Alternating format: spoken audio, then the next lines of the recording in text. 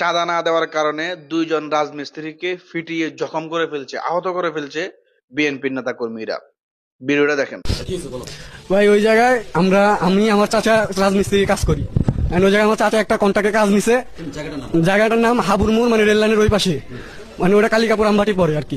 পরে ওই জায়গায় কাজ করছে। এখন বিএনপির নেতা, ছাত্র দলের নেতা মিঠু, ওই আইসা আমার চাচার থেকে চান্দা চাইছে। হ্যাঁ, চান্দা চাওয়ার পরে আমার চাচা বলছে যে না, চান্দা টান্দা নাই, আমরা এলাকার পোলা পাই না, আমরা কিসের চান্দা দিয়ে এলাকার কাজ করবো। তারপরে বলছিল তোমার 300-400 টাকা 500 টাকা দিক, তুমি চাটা খাও, এর মধ্যে তুমি আইসো না। ওরা মানে নাই। পরে এক প্রকার আমার চাচারে মাইরা ফেলা দেওয়ার হুমকি দিছে। হুমকি দেওয়ার পরে মেশিন টেশিন সব বার করছে। আমার কাকারে বলছে মাটিতে গাইরা ফেলাই দিবি।